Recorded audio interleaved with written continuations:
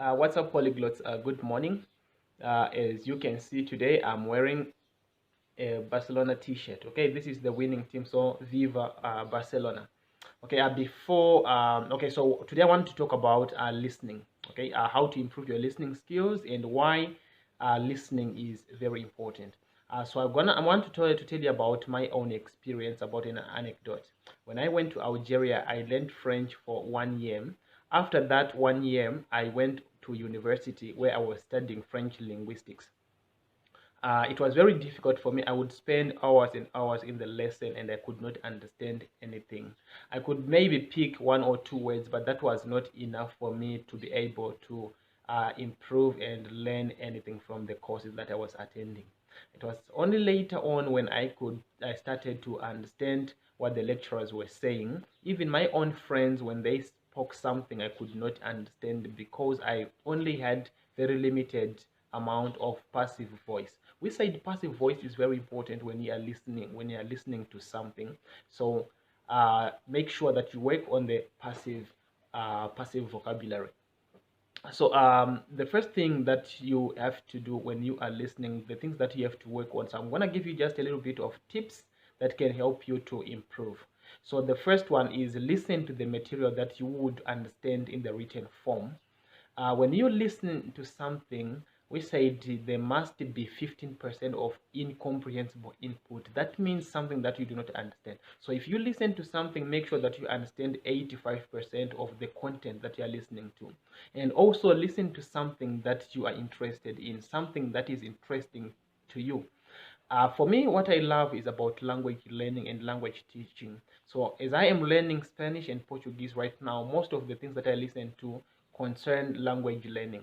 So I listen to those things carefully because I love what I'm listening to. So it is very important to choose the material that you like. The second thing that you have to do is make sure that you get the transcript of whatever you are listening to. When you listen on YouTube, as I do, I just switch on the subtitle so that I can listen and read at the same time. So that helps me a lot.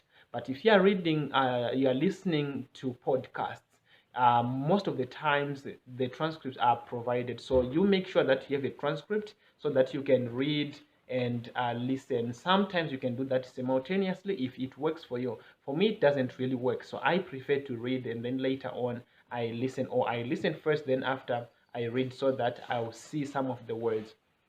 The next thing that you have to work on, actually must be the first one, is to work on your pronunciation. When you listen to something and you cannot pronounce the words, it will be difficult for you to understand the word. Even though you know the word, but the fact that you do not know the pronunciation, it will be very difficult for you. I remember when I was teaching English, when I pronounced the word cat as cat, most of the students, they could not understand what I was saying, even though they knew the word cat, which is C-A-T. But because my pronunciation was not correct, it was correct for me because that's how we pronounce in Zimbabwe. But for them, because they'd been listening to native speakers of Britain, so they were accustomed to that kind of pronunciation. So when I pronounce, it was difficult for them to understand. So for you, you have to work on your pronunciation so that when someone says the word, you understand. For example, when now I'm learning Portuguese and Spanish, the word for day in Spanish is dia, D-I-A.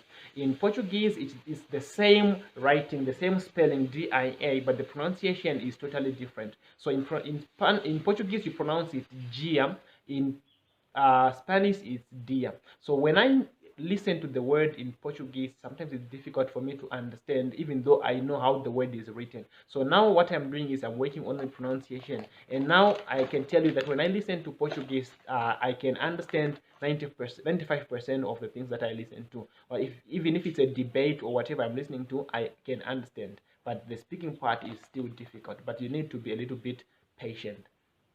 So the next thing that we have to work on is be consistent. Make sure that you listen every day. It's not about the quality, but it's also about, sorry, it's not about the quantity, but the quality. So make sure that you listen every day. You have to be consistent. Listen at least 10 to 20 minutes a day. If you have more time, you can listen even to 1 hour. For me, what I do is I listen almost 3 hours a day. So because I'm learning two languages at the same time, so I listen to Portuguese, then later on I listen to Spanish, so that you progress in both languages at the same time. Okay.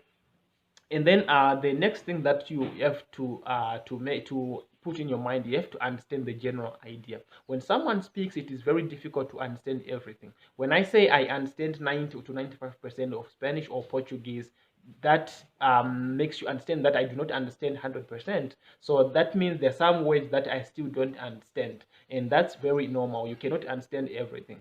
In English, we've got the word stress. So speakers, they stress some words where they put emphasis so that you can understand. So make sure that you understand the general idea, not all the words. There are some fillers that native speakers put that do not have a meaning. For example, when you're listening to Portuguese, they say ne. The word ne, ne doesn't have any meaning, but they use it. So if the same in English, people say right, but sometimes the word right in that sentence is not adding any meaning. So make sure that you understand to those fillers that we call fillers in English.